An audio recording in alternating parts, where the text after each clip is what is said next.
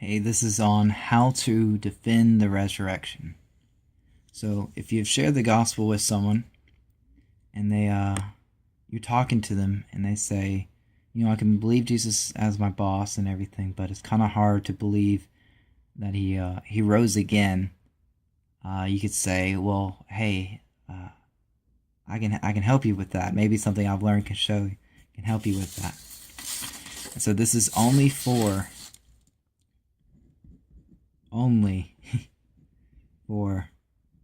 persons of peace, not people who want to argue with you, because we don't cast our pearls before swine, or else they'll trample it. So this is only for persons of peace, because nothing would actually result, or nothing good would happen out of an argument. Now those people don't want to be convinced anyways. And so once you say, okay, I can actually show you this, you'd say, okay, so we know Jesus lived. We know he died. We know when he died, he was placed in a tomb. 3 days later,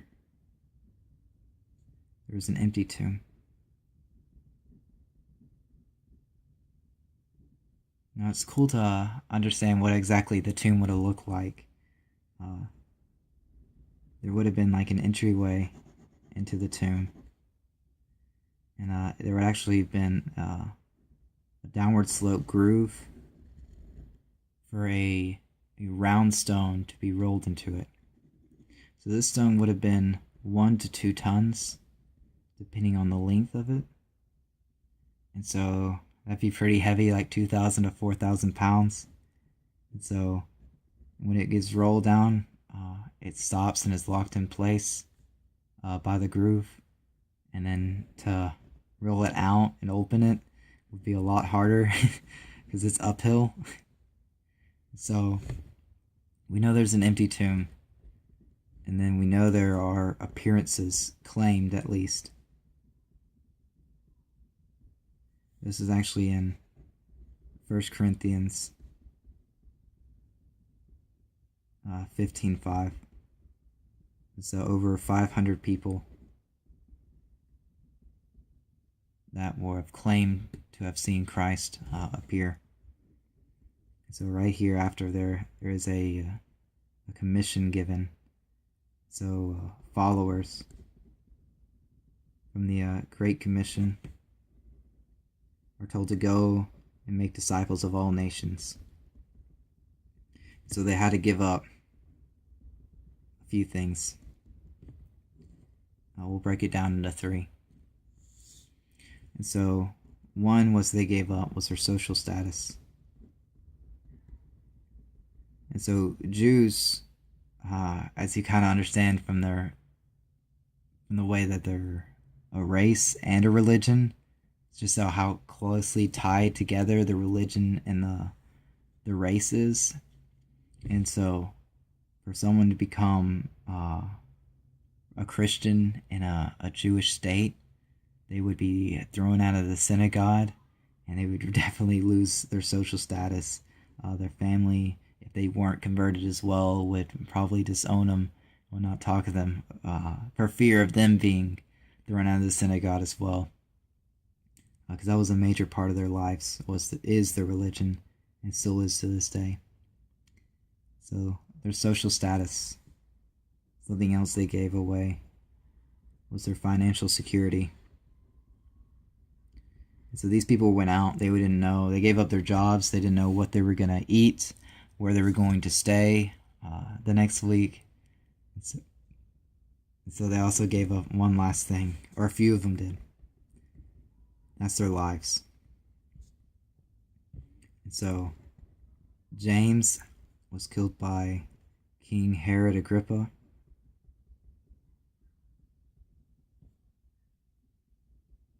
Peter was crucified. And then Paul was beheaded by Nero Caesar. And this one is in Acts 12:2. And then these two are not in the Bible. Peter is actually just crucified. Prophesies to be crucified in the Bible, in the book of John.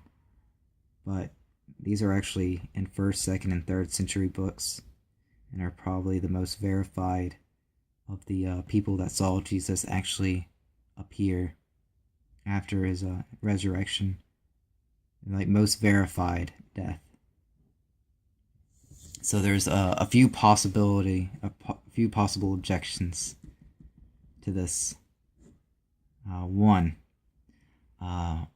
objection would be, Jesus did not die. And so, if Jesus was just almost dead when he was put in the tomb, he could have, gotten out. But the thing is, this is 1 to 2 tons, and uphill would be really hard. There's one thing I forgot to mention. There was some Roman soldiers outside. So not only would Jesus have to roll away this really heavy stone in a crippled state because he just got crucified and beaten, he would have to overpower these Roman soldiers. So it kind of doesn't make sense for that to be a possibility. So the second one is the disciples took his body. Okay, so yeah, multiple people could have rolled away the stone. But then again, they also could have had to overpower these Roman soldiers. So I guess that could happen, yes. But if they did that, that means all this is a hoax. All this is a lie. But these people went out and gave up their social status, financial security, and their lives. And so people die for a lie, but people don't die for what they know to be a lie. And if they took the body, then they would know this is a lie. And so they would not die. So that also does not make sense as a possibility. So a third objection, that this is a hallucination, or his appearance was. But that also doesn't make sense, because there were 500 people that have claimed to see Christ, including the followers. And so these people, if they all hallucinated, that would be a very coincidental event. The likelihood of it is very unlikely. And so that would explain why they would give up these things willingly, or if they lied to themselves enough, they could believe it to be true and form their own memory. But that doesn't explain the empty tomb, because that's a fact. So there's 3 objections. There are probably more, but as of the moment, those do not hold water. And this is a one-sided conversation at the moment. So Jesus died. That's actually proven by a Roman historian named Tacitus. He was a Roman historian and senator. And he actually referred to Christians as abominations. So if he was biased, he'd be biased against Christianity. Yet at the same time, he verified the death of Jesus Christ. So in his book Annals, the Annals of Imperial Rome,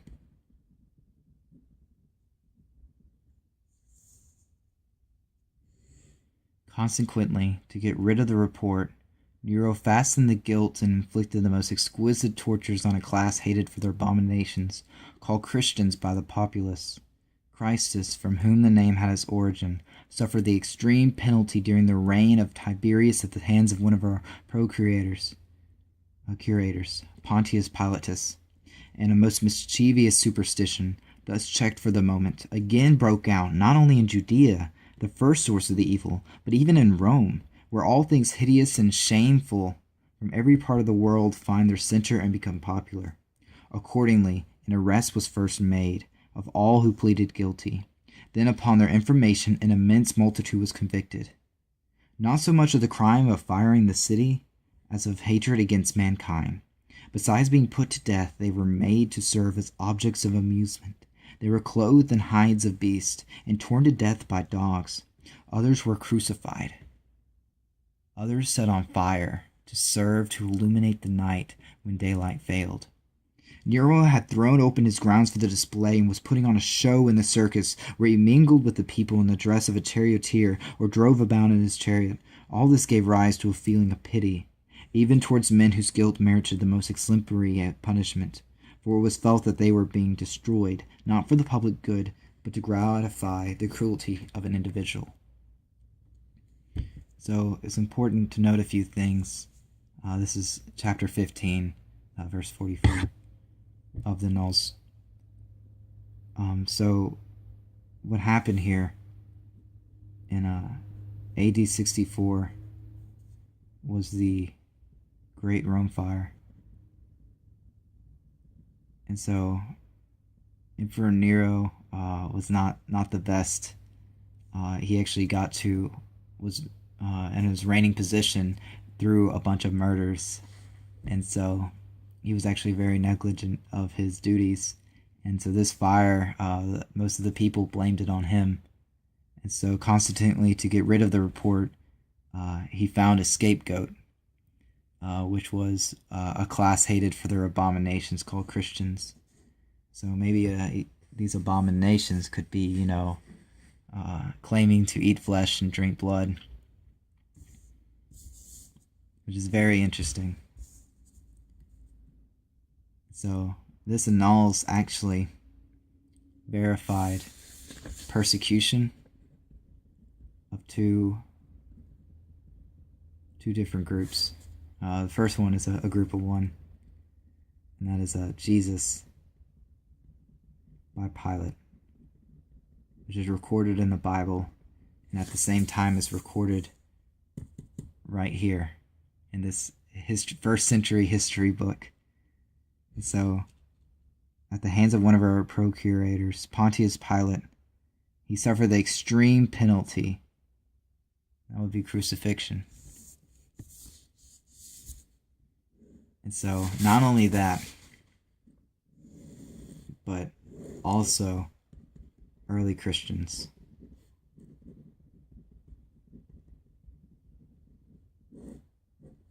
suffered a few different penalties.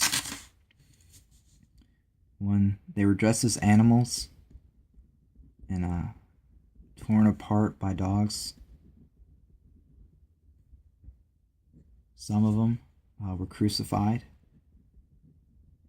like their Lord, their Messiah, Jesus.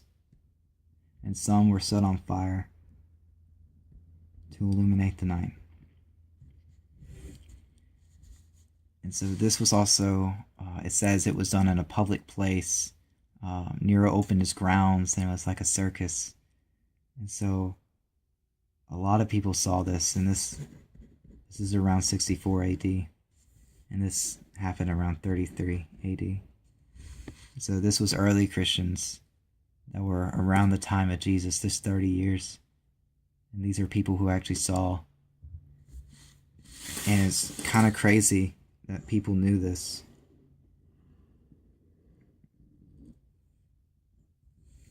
After all these things that happened,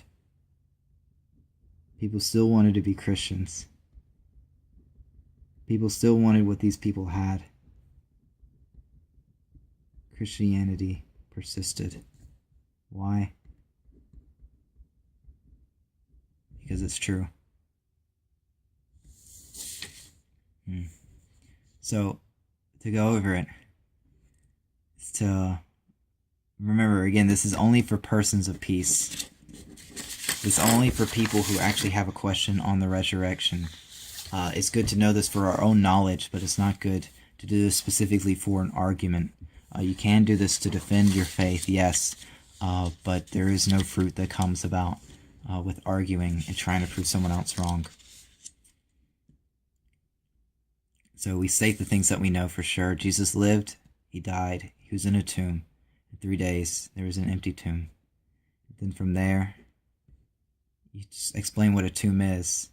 So, it was like, it was in rocks, and there was a stone, a round stone that weighed 1 to 2 tons, and it was in a downward sloping groove. And there were Imperial or Romans guarding the door just in case the disciples were coming to take his body and try to fake that. And it would have been really, really hard to push it away. And so we claim that Jesus, as God, is the one that rolled the stone away. And then there were many appearances as his resurrection. In 1 Corinthians 15:5, it's easier to remember these two verses, Acts 12:2, because the 5, 15:5, and then 12:2, the 2 and the 2, and the 5 and the 5. So he appeared to over 500 people. It said the majority of whom were still alive, which is very important actually for the authenticity of the Bible, which we'll get into later. And here is the Great Commission. His followers had to give up a few things to actually follow this Great Commission and make disciples of all nations.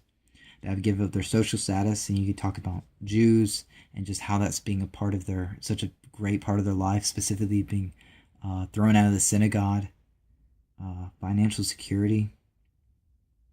So just that's really common sense, just giving up your job to go out to these different cities to preach the word, go out to India, go out in different parts of Asia, go on to into Europe, into North Africa. And so that's the one they gave up, was their lives. And James was killed by Agrippa by the sword, and that's Acts 12:2. Peter was crucified, and Paul was beheaded by Nero. And there's actually a lot of other disciples that died, but these specifically are the most solid. Some things you really can't argue whether or not they happened in this way. Some people say Peter was crucified upside down. Well, that could have happened. That as probably could have happened, yes. But we know for sure that he was crucified. And these are specifically history by 1st through 3rd century, and by multiple authors. Some of the other disciples just have 1 or 2 authors that claim the same testimony, that claim the same event, so they don't have as much authenticity as Peter and Paul. In fact, I wrote James first because I believe that one has the most authenticity, because it's in the Bible, and I believe that to be the highest authority. But to other people, it would definitely help them to believe it as history. That, it was actually in history that verified this. And so just like God or Jesus met Thomas at his doubts, we meet people at their doubts as well. So once we talk about this, we can talk about possible solutions or objections. 1, Jesus didn't die, which doesn't make sense because this would have been really hard to move on his own, and especially overpower these soldiers, especially after he was just crucified, especially since Romans were pretty much mastered crucifixion and would not have let someone, especially the King of Jews, free and not die.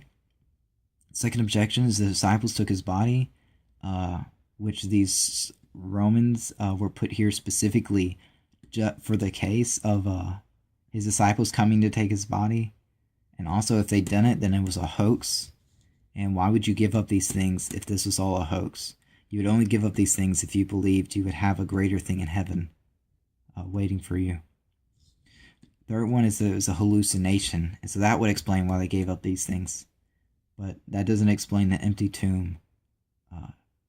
You can't you can't hallucinate that, and then other people, and then it actually end up being false. Because you can actually verify that. You'd be like, yeah, he's still in the tomb, or yeah, the tomb is empty. That's kind of a fact. And so once you see that, you can, let me just go ahead and give you some evidence for him dying. And this is Tacitus. He's a Roman historian. He's a senator. He was 60 AD to 120 AD was his lifespan.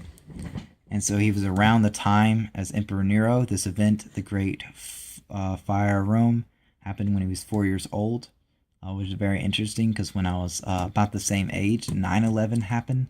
so I could actually talk about 9/11, that is an event that happened in my lifetime, just like Tacitus could talk about this event, especially as a historian and someone serving a public office.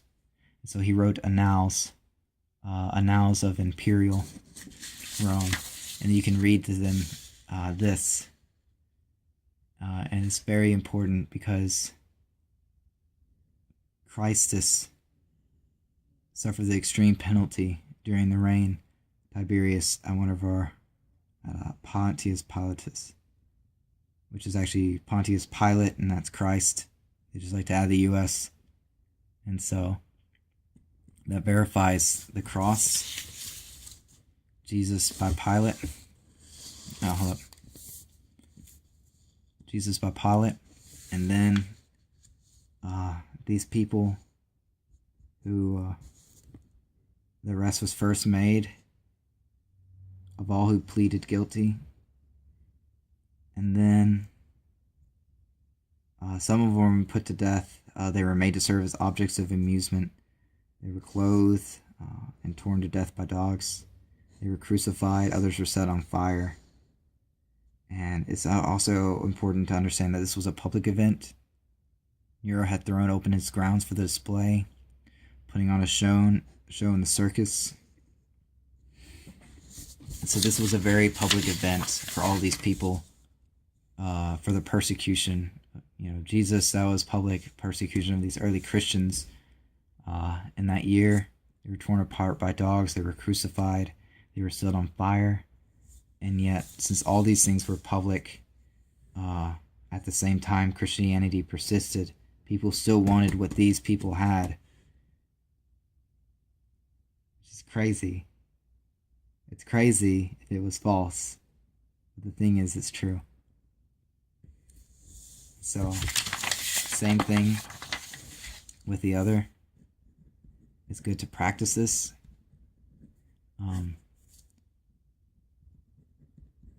But like the other one, practice this with yourself. Practice it with the saved, other believers, and practice it with the lost. Here's something that'll actually help maybe with studying. It's a spaced repetition. It's actually how learning goes. When you learn something, for you to actually retain it for long-term information, you study it a lot to begin with. I mean, the first time, second time, third time, fourth time, and the fifth time, sixth time, seventh time, eighth time, ninth time, 10th time. And this would be time. This would be first day, a week later, and this would be like 2 weeks. So this works with pretty much everything you do, and so it's good to do it a lot the first few times, just so you retain it, and then hopefully you'd actually be sharing this with people, so that would cover that. But if not, you can still just practice it every other day, then every week, then every other week, then every month, then every other month, so on and so forth, until you would just never forget that.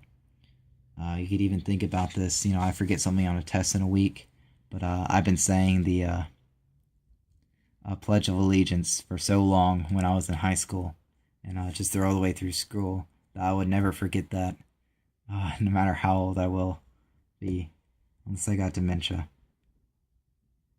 Awesome. So the next one will be on how to defend the authenticity of the Bible. I hope to see you then.